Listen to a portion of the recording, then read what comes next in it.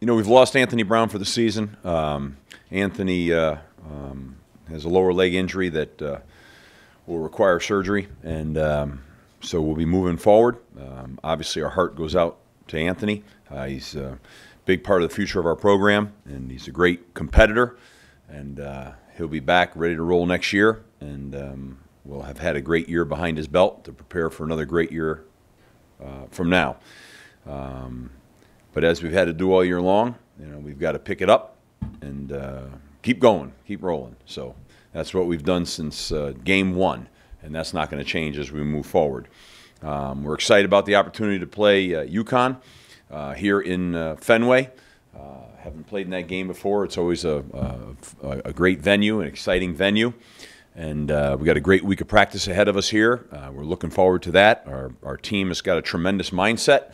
Had a great day yesterday together. Went back and really got to work on the field in the afternoon. And all of our thoughts, all of our preparation, everything, our mindset, every ounce of energy that we have as a program and as a team will be focused on playing the University of Connecticut. This is a team that's getting better as the season's going on. They're continuing to improve.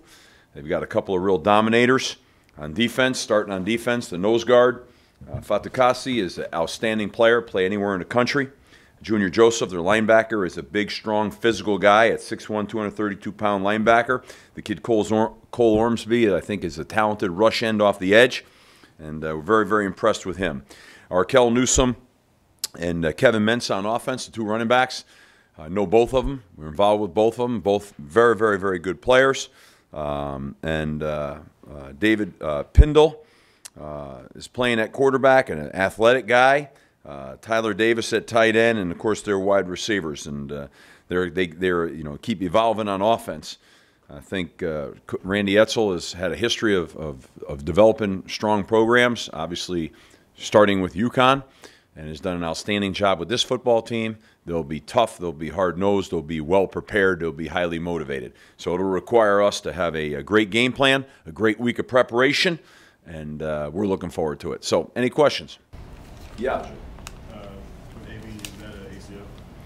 I'm not going to go into the details of everything there yet. I think that's kind of his personal business, but suffice to say that, like I said, he'll be gone for the year, and he'll be having surgery here. In terms of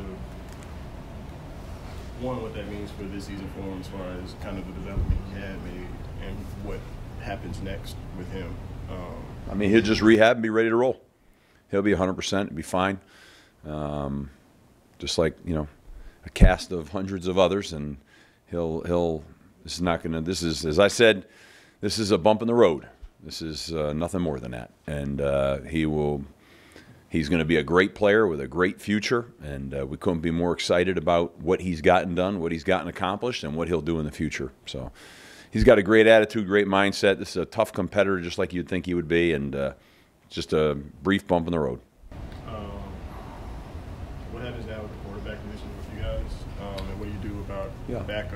What do you do with EJ? Yeah.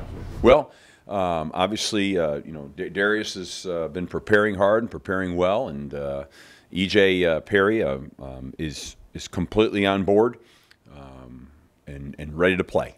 And so that's already been discussed thoroughly with he and his family. And he has a tremendous competitive mindset. And as he said, I came here to be a part of this team. I came here because this was a privilege, not a right, and I'm going to do anything I can to help this football team win, whether you need me for 1 snap or 50. You got to appreciate that kind of mindset from a competitor. So he's ready to roll, Darius ready to roll, and we also will get Jeff Smith some snaps because John Fadul is out for the year as well. So Jeff worked yesterday and took some snaps, and like he hadn't missed a beat. And so we're good to go. Got to get ready to rock and roll, and looking forward to it. Do you look at EJ as solely a backup option, or does he have an opportunity to? All things are on the table. Whatever it takes. whatever it takes to be to play at the highest level that we need to play at over the course of this week and leading up to Saturday. Simple as that, you know, and whether that means, you know, EJ plays 0 reps or 100, or whether Jeff Smith ends up with 65, or however that rolls out. We're going to have a great week of practice. We're going to go as hard as we can every day and see where that brings us, and then we'll play that game. And totally confident in that. You prepare a lot for a redshirt freshman to start the season, and then when John goes down, another thing happens. How much does this throw an added wrinkle into what you're doing, having to make another change at quarterback this deep in the season? I mean, it is what it is. You know, it's every week you're confronted with a bunch of different challenges. Obviously, that position, we're playing at I think, starting to play at a very high level. And but this is what happens, and you got to deal with it. And none of us would write the script, and none of us would want this to be the case, but it is the case. And I kind of look at it like this. We've had a great year with Anthony, tremendous development for him, for us. Got an unbelievable look into what the beautiful future is for us with Anthony. And now we have another opportunity. And with this opportunity, we have some really good football players here, starting with Darius Wade. And we're going to go down that path, and that'll be fantastic. And that's the way it is. If you stop in this business, and you know you spend too much time wallowing on what was me or what could be or anything else, this freight train's moving, man. Tomorrow's Tuesday, and we've got to have a great Tuesday, and we will. And everybody else on this team, you know, you got to pick it up, and everybody's got to do their part. And but we have talented players, and those talented players are the same guys, and they're gonna play really well on Saturday. How soon after, like, so AB leaves the game, comes back from sideline, and say, I'm sure you had to get tested at the game at Sunday. How soon after did he know kind of that his season was? Well, like I told you before, you know, we had to wait and visit with the doctor on Sunday afternoon and get all the tests back, and you know, that's when we knew. Sometimes it's Sunday, sometimes it's Monday, but we knew on Sunday. And I think the most important thing is for Anthony, and that's all I care about right now, is for him to have a course that he's going to be on, and we're rolling forward. And, you know, I think that's really important in the mind of a champion like Anthony, that this is what I'm dealing with. This is what I'm going to do. I'm going to be 100%. I'm going to be back ready to roll. And I'm going to be grateful for the year that I had, and be grateful for all the unbelievable experience I had. It's going to make me a better player.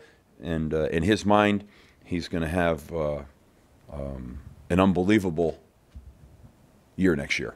And his mindset is absolutely, he and his parents are grateful for what the great things that have happened, and are looking forward to a really bright future. And that is an unbelievable mindset to have, and that's the way you have to have it. I've been around a lot of people, and but this guy tells you why he is who he is, because that's how competitors and champions react. You know, not over there wallowing, just let's roll. So I'm just like Connor Strahan. Just like Max Richardson, just like John Baker, just like Elijah Johnson. Those guys are unbelievable competitors. And, you know, when you play this game, you sign up for this, you know there's going to be bumps in the road, there's going to be hurdles, there's going to be good times and bad times. You got to manage them. It's all part of the sport. It's all part of the deal. So, you know, some guys are better at that than others. We happen to have a bunch of guys that are pretty strong. I mean, when you talk to Connor Strahan sometime, feel his intensity. John Baker, feel it with those guys. It's unbelievable. Well, would you just talk about Darius's game management in the second half against Louisville, and is that kind of what you're going to need from him, that kind of game management? I think we need playmaking. We're going to attack, and just like we have been. You know, I'm not really looking for a game manager, to be honest with you, Rich. We got out of that mode.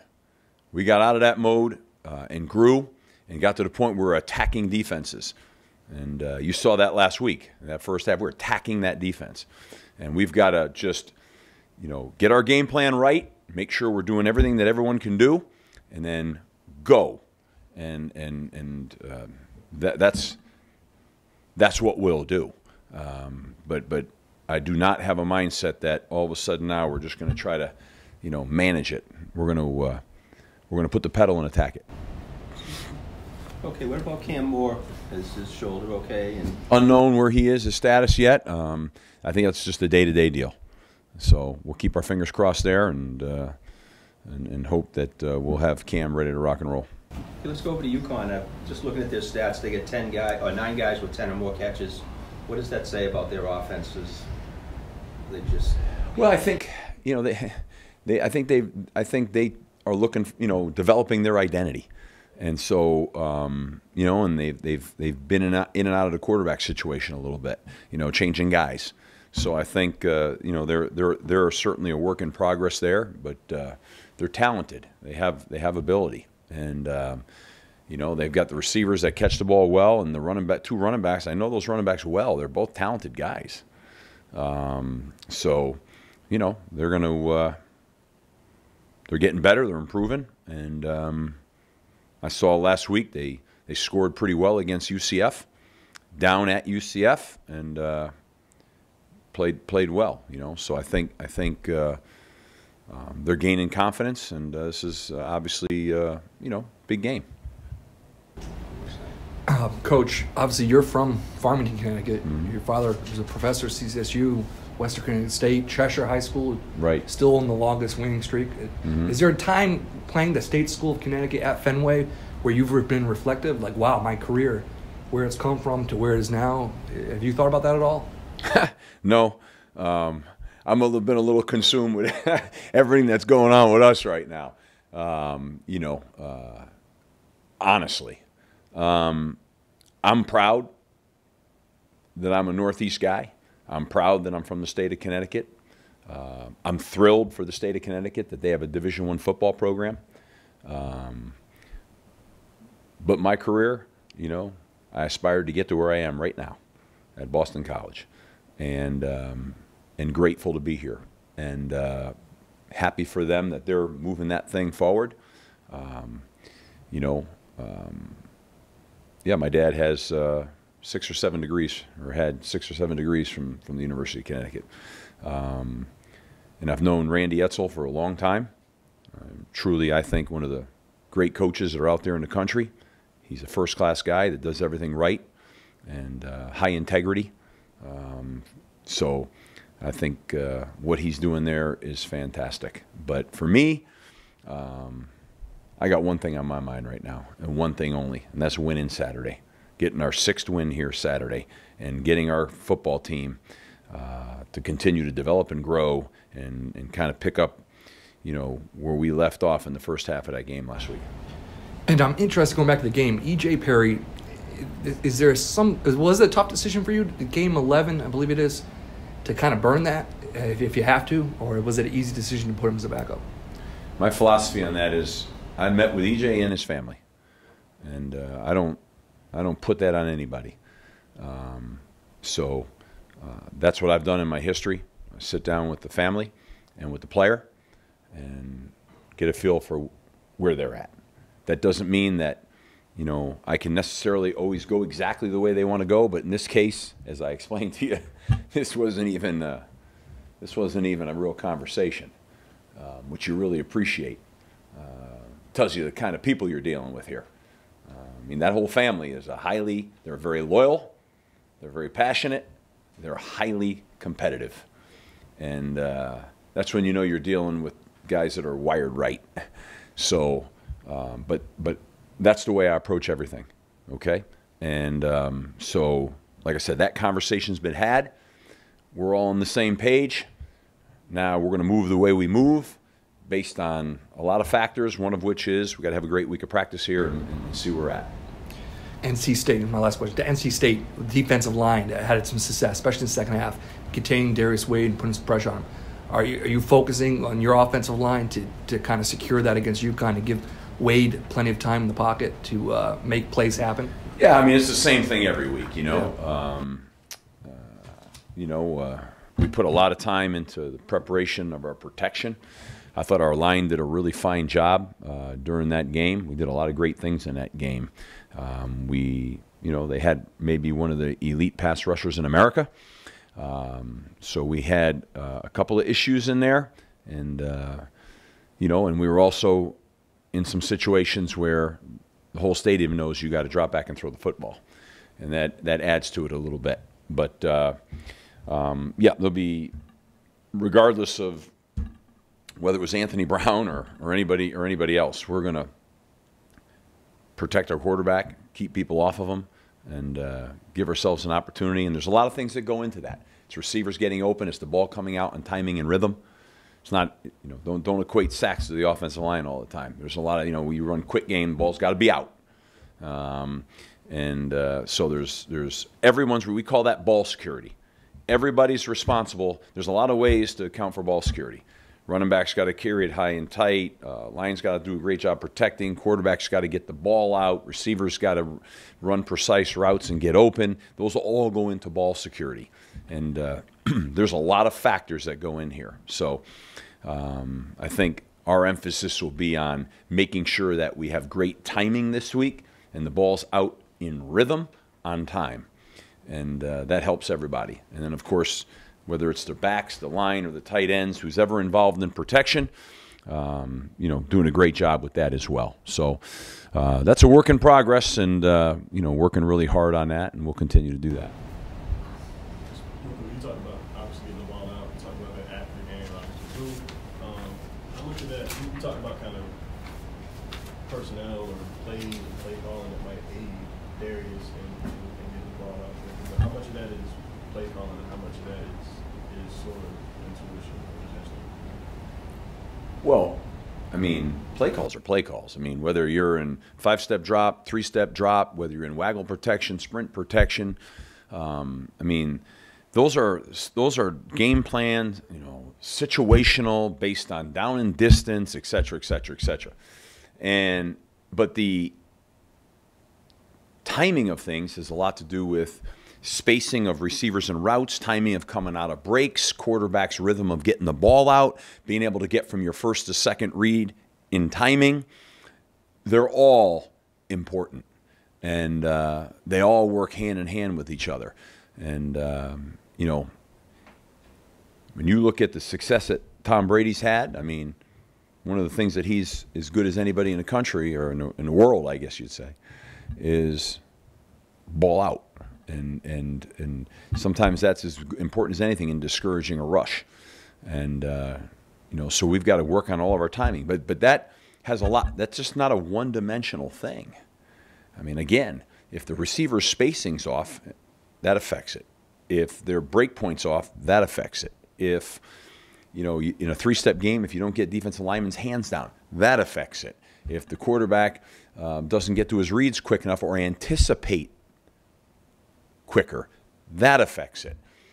All those things play a factor and play a role in third down. That's why third down is pretty complex, and we felt really good about where we were heading in third down. We kind of had that thing. We were kind of humming along with that pretty good. And not to say there weren't issues, because there were, but I like where we're going. I love where we're heading in our pass game. And so in terms of protections, in terms of things we're going to do now, might we tweak them? Yeah, we might. You still get yourself in third and long. Third and long is third and long. I mean, you got to drop back, you got to protect it, and you got to give yourself a chance to let those routes come open, and you got to be able to strike them. So, and you got to be able to have grid reading route progression. First read, second read, third read. And you got to be able to get down the thing pretty quickly and still be able to get it out. So it's all in there. And it's timing, and it's practice, and it's repetition, and that's the intricacy of the throw game. I know AB's the most pressing concern right now, but how alarming is Harold's situation right now? Harold? Yeah. Well, I mean, Harold's day to day, week to week, and I mean, it hasn't changed really for, I don't know, I'm losing track of time now, maybe a month. Yeah, yeah. Huh? A month now. Yeah, I mean, since Louisville, right? Yeah, since Virginia Tech. I mean, I can't even tell you how long that is now.